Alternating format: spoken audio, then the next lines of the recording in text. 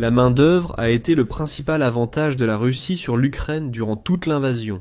Pour Vladimir Poutine, tout est toujours une question de chiffres. Si la Russie peut simplement déployer plus de tout, alors elle finira par épuiser l'Ukraine, au point de la forcer à capituler. C'est la théorie. La Russie réalise-t-elle seulement maintenant que cette théorie échoue sans assez de soldats? Dans la région de Zaporijia, les forces russes s'affaiblissent en raison de problèmes de main-d'œuvre, poussant Poutine à sa décision la plus désespérée. Il n'envoie pas de soldats sur la ligne de front, il envoie des cuisiniers. Le 12 septembre, la direction du renseignement ukrainien, direction principale du renseignement, a diffusé une interception radio révélant une surprise sur les forces russes. Ils combattent sur le front de Ouliapolia à Zaporijia. Ces forces sont bien moins puissantes que ce que Poutine veut faire croire. Si faibles que la Russie doit maintenant envoyer les cuisiniers de l'armée dans le hachoir à viande créé par Poutine en Ukraine. D'après le Kiev Post, un appel intercepté entre un soldat russe et son commandant a révélé de nombreux détails sur les opérations de l'armée russe à Ouliapola. L'appel commence avec le soldat qui supplie pratiquement pour obtenir de l'aide, sachant probablement qu'elle ne viendra jamais. « Je ne peux pas bouger, j'ai les genoux trop faibles pour marcher », dit le soldat à la radio. On ignore si ce soldat était épuisé ou blessé lors des combats contre les Ukrainiens. Ainsi, le commandant russe, au téléphone, importe peu. Il répond avec un sarcasme mordant, méprisant totalement le soldat qu'il doit diriger. « Tu as aussi oublié où était notre équipe d'évacuation ?» demande le commandant avec sarcasme, comme s'il réprimandait un enfant. Tu proposes au commandant de prendre le volant et de partir te promener. Ai-je bien compris? On perçoit aussitôt l'insensibilité du commandement dans l'armée russe, surtout pour ceux connaissant le fonctionnement de la Russie. Ce désintérêt pour un soldat blessé n'étonne pas. La brutalité est centrale dans l'armée russe.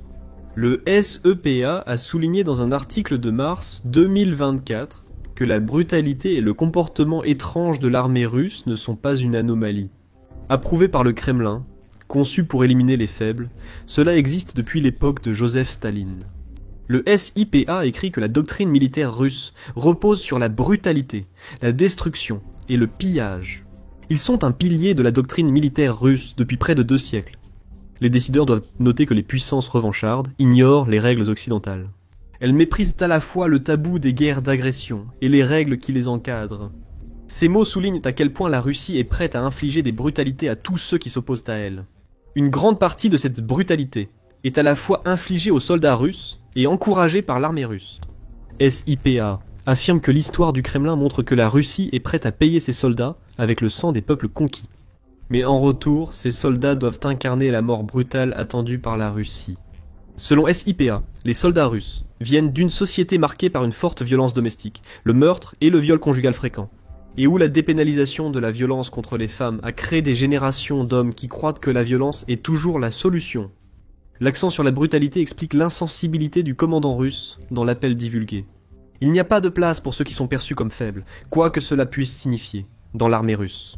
Le Kiev indépendant a rapporté le 1er juin qu'un groupe de soldats russes capturés avait décidé de se rendre, parce qu'ils craignaient davantage les mauvais traitements qu'ils subissaient déjà, que l'idée d'être détenus par des captifs ukrainiens.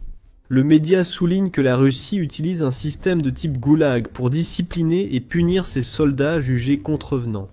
L'armée russe possède des escouades de punition chargées de traquer les soldats désobéissants, abusant d'alcool ou mal vus par leurs camarades. Les soldats ciblés subissent des passages à tabac et parfois sont placés dans des fosses de confinement. Nous vous racontons tout cela pour vous donner un contexte nécessaire aux paroles de réponse prononcées par le commandant des pauvres soldats russes. Voilà à quoi ressemble la vie militaire pour les soldats de base en Russie. Ils ne sont jugés qu'à leur utilité, toute blessure servant de prétexte à des mauvais traitements, non à l'aide attendue. Mais le commandant n'en avait pas fini. Son subordonné tentait de répliquer, assurant qu'il ne sous-entendait pas devoir être sauvé par lui. L'homme au bout du fil a perdu son sang-froid dans un accès de rage. Il a révélé des informations qui auront renforcé la confiance des combattants ukrainiens à Ouliapola. On t'a dit d'y aller seul, et peut-être qu'ils te prendront. Il n'y a plus personne, tout le monde est parti. Les Cooks partent déjà au combat car vous ne pouvez pas gagner, hurle le commandant. Attendez, les Cooks partent au combat. En cas de doute sur une mauvaise compréhension de ces mots. Le commandant russe réprimande vivement ses soldats et révèle par inadvertance à la direction principale du renseignement l'état réel des forces russes, à Ouliapola. Ils ont amené les cuisiniers et les opérateurs radio déjà tués. Le commandant dit à la radio « Venez et laissez-moi tranquille ». C'est une diatribe grossière née de la frustration et de la culture militaire brutale de la Russie, mais c'est aussi une révélation. Les cuisiniers ne sont plus dans la cuisine et meurent sur la ligne de front. Dans la guerre en Ukraine, la Russie est désespérée, du moins à Ouliapola. Cette ville, peu connue de la guerre en Ukraine, est ciblée par les forces de Poutine depuis le début de l'invasion. Au cours de ces premières semaines, les forces russes ont progressé plus profondément dans la partie sud de l'oblast de Zaporijia, dont Ouliapola fait partie, atteignant la périphérie de la ville. L'avancée s'est arrêtée. Les lignes se sont stabilisées au sud de Ouliapola, mi-2022. Depuis, la Russie frappe la ville.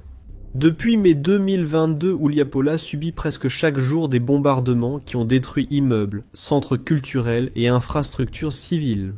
Parmi les pires moments de l'offensive russe continue sur Ouliapola figurent les frappes aériennes et d'artillerie de juin 2022 censées briser la défense ukrainienne dans la ville.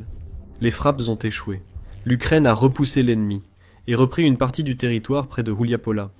En janvier 2023, pendant la soi-disant trêve de Noël décrétée par Poutine, la Russie a trahi cette trêve en lançant environ 230 obus d'artillerie sur Ouliapola. Après cette attaque, une nouvelle offensive ratée contre la ville a conduit à un nouvel échec et au recul des soldats russes. La Russie a poursuivi les attaques jusqu'à mi-2023, quand l'Ukraine a lancé une contre-offensive pour reprendre Zaporijia.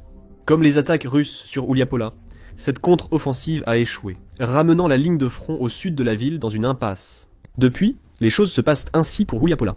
La Russie continue de bombarder. De temps en temps, elle lance un assaut qui se solde par la mort de tous les soldats envoyés à l'attaque. La Russie envoie lentement ses soldats dans le hachoir à viande qu'elle a créé, tandis que les bombardements affectent parfois les habitants. En août 2024, une frappe a détruit le musée de Ouliaïpol.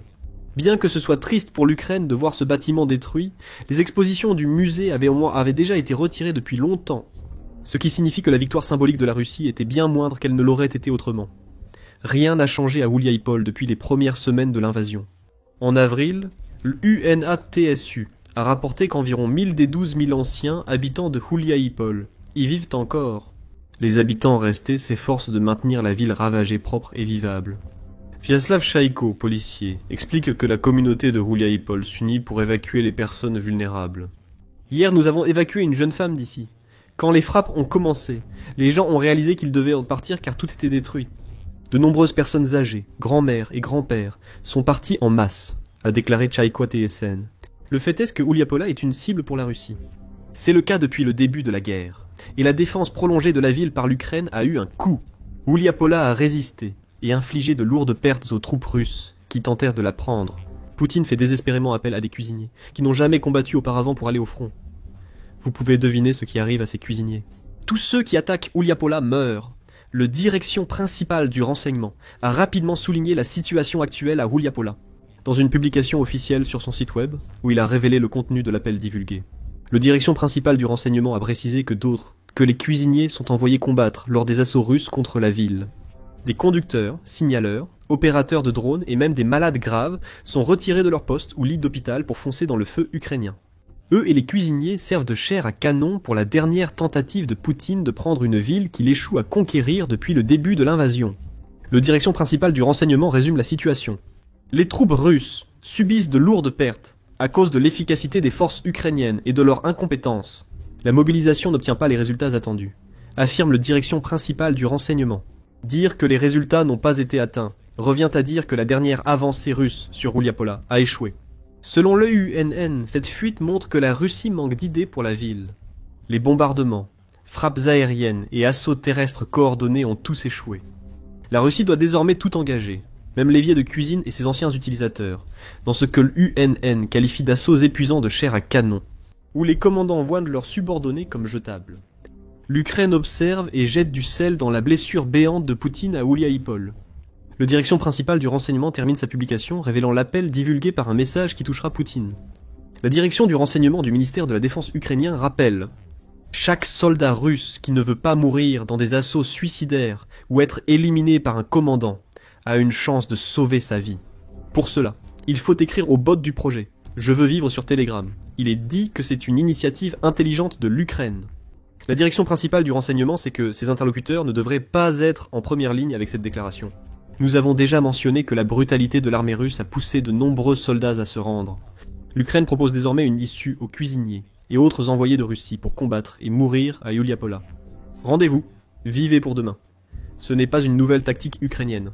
En novembre 2022, la British Broadcasting Corporation a annoncé le lancement du projet Je veux vivre, débuté en septembre. Le projet agit essentiellement comme une ligne d'assistance que les soldats russes peuvent utiliser via Telegram, plutôt que par téléphone, ce qui signifie qu'ils ont moins de chances d'être attrapés lorsqu'ils tentent de se rendre. En 2 mois d'activité, l'Ukraine a reçu 3500 messages de militaires russes ou de leurs familles. Cela montre combien de personnes envoyées par Poutine mourir n'ont jamais voulu être là. Malgré des milliers de contacts, la plupart n'atteignent jamais officiellement l'Ukraine via l'assistance. En juin 2024, le Defense Post a indiqué qu'environ 300 soldats s'étaient officiellement rendus en près de 2 ans depuis la création du programme. Il est difficile d'expliquer l'écart entre les soldats russes qui s'informent et ceux qui se rendent réellement. Dans de nombreux cas, il est probablement impossible pour l'Ukraine de récupérer les soldats qui souhaitent se rendre. Surtout si ses troupes sont derrière le front, ou envoyées dans les attaques suicides de Poutine sans pouvoir se rendre. Certains envoient des messages dans la faiblesse, puis se ravisent. Il est préférable de rester avec l'armée russe et risquer la mort au combat, que d'être découvert en voulant se rendre et subir la punition. La promotion de la ligne téléphonique par le direction principale du renseignement après la révélation de l'appel divulgué révèle 2 choses. Le programme Je veux vivre reste actif, et l'Ukraine estime qu'un vrai désir de reddition existe chez de nombreux soldats de Poutine. Les candidatures continuent d'affluer. En octobre 2024, Canal 13 a révélé qu'environ 40 000 soldats russes avaient été postulés au programme Je veux vivre. Même si beaucoup n'iront jamais en captivité ukrainienne, cela montre que bien plus de soldats russes qu'on ne le pense veulent fuir la guerre de Poutine. Désormais, cette opportunité est offerte à Gouliaïpol. Nous nous demandons combien de cuisiniers et d'autres non-combattants, actuellement forcés d'aller sur la ligne de front, vont accepter l'offre de l'Ukraine. Ceux qui ne le feront pas seront simplement envoyés à l'abattoir. Ils contribueront à un problème qui affecte l'armée russe bien au-delà de Gouliaïpol. Cette ville illustre le problème de main-d'œuvre que la Russie dissimule derrière ses chiffres officiels. Apparemment, aucune zone du front ne devrait inquiéter la Russie grâce à son fort recrutement. Le 8 septembre, le Kiev indépendant a révélé ces chiffres, montrant que la Russie a réussi à recruter 280 000 soldats sous contrat jusqu'à présent, en 2025. Ce nombre vient du direction principale du renseignement et indique que le Kremlin dépasse son objectif de recruter 343 000 soldats d'ici fin 2025. Tous ces soldats perçoivent des primes exceptionnelles, dont une prime d'engagement unique d'environ 24 000 $. Mais si vous examinez un peu plus en profondeur ces chiffres, vous commencez à réaliser à quel point Poutine devient désespéré. The Defense Post évoque ce sujet dans son rapport sur la révélation du direction principale du renseignement, précisant que Vadim Skibitsky, chef adjoint du direction principale du renseignement, l'a révélé. Beaucoup des 280 000 soldats viennent de lieux qu'une armée n'apprécierait pas pour ses recrues. Skibitsky a révélé qu'environ 25% de ce nombre sont actuellement en détention sous enquête et poursuivis pénalement. Il a aussi indiqué que 1200 soldats nord-coréens arriveront bientôt sur les 6000 prévus. Des soldats étrangers signent des contrats avec l'armée russe et agissent comme mercenaires sous son commandement. Il y a 2 choses que ces chiffres nous révèlent vraiment. Premièrement, la Russie recrute autant, non pas parce que les gens veulent se battre dans la guerre de Poutine, mais parce que la Russie perd énormément de soldats. La situation à Gouliaïpol montre que la Russie manque d'effectifs, car même les cuisiniers sont envoyés au front, ce qui en dit long sur la guerre. Le ministère des Finances ukrainien annonce que la Russie a perdu plus de 109 millions de soldats morts, blessés ou capturés au 15 septembre. Cela illustre pourquoi la Russie recrute partout où elle le peut. De nombreux soldats de l'armée au début de l'invasion de Poutine ont disparu. La Russie tente désespérément de combler les vides créés avec de la chair à canon. Pensez aussi à ceux qui combattent actuellement en première ligne. Des cuisiniers et chauffeurs prennent les armes au lieu de leur vrai métier. Des criminels, des soldats nord-coréens envoyés par leur dictateur en Russie, et des soldats étrangers motivés par l'argent plutôt que la cause. Dans la cause de Poutine, le dirigeant russe sait que beaucoup de ses concitoyens ne croient pas en ce qu'il essaie de faire. C'est pourquoi des dizaines de milliers essaient de se rendre à l'Ukraine. Et c'est aussi pourquoi Poutine fait tout pour éviter la mobilisation. Revenez en arrière, en septembre 2022. Ce mois-là, Poutine a ordonné une mobilisation partielle, obligeant environ 30 000 Russes à rejoindre l'armée, selon le New York Times. Même en Russie, sous contrôle étatique, cette décision a provoqué de grandes manifestations. En Russie, 1252 personnes ont été arrêtées dans 38 villes après avoir manifesté contre cette mobilisation partielle. Le message était clair. Les Russes soutiennent Poutine, mais refusent de mourir pour sa guerre. 3 ans plus tard, ces manifestations hantent toujours le dirigeant russe. La guerre qu'il a lancée a duré bien plus que prévu et coûté la vie à des centaines de milliers de personnes. Une mobilisation, maintenant, ferait paraître les manifestations russes de 2022 dérisoires, face à celles de 2025. Poutine sait que son peuple refuserait la mobilisation, d'où son désespoir. Il propose donc des contrats très élevés, payant bien au-dessus du salaire moyen russe, ce qui nuit à l'économie nationale. Il recrute massivement dans les milieux criminels russes, envoyant en Ukraine des individus dangereux que la plupart des armées n'accepteraient pas. Poutine craint la mobilisation, d'où l'accueil de soldats nord-coréens, un pays encore plus isolé que la Russie. Cette peur explique pourquoi des cuisiniers combattent en Ukraine. Ils sont envoyés à la mort pour retarder la mobilisation. Un peu plus que d'admettre que la stratégie de Poutine visant à saigner l'Ukraine à blanc a autant nui à la Russie, voire plus qu'à l'Ukraine. À Juliapola, l'offensive russe paraît à bout de souffle, menant à des temps et mesures désespérés. Pourtant, Poutine semble ignorer ce fait. Tellement ignorant que la Russie commence à utiliser contre une autre nation un langage très similaire à celui qu'elle a utilisé contre l'Ukraine avant l'invasion. Ironie suprême. La Russie accuse la Finlande de préparer une invasion, tout en augmentant sa rhétorique pour justifier une future attaque. Découvrez-en plus dans notre vidéo et n'oubliez pas de vous abonner à l'émission Militaire pour suivre les derniers développements de la guerre en Ukraine. Et merci comme toujours de nous regarder.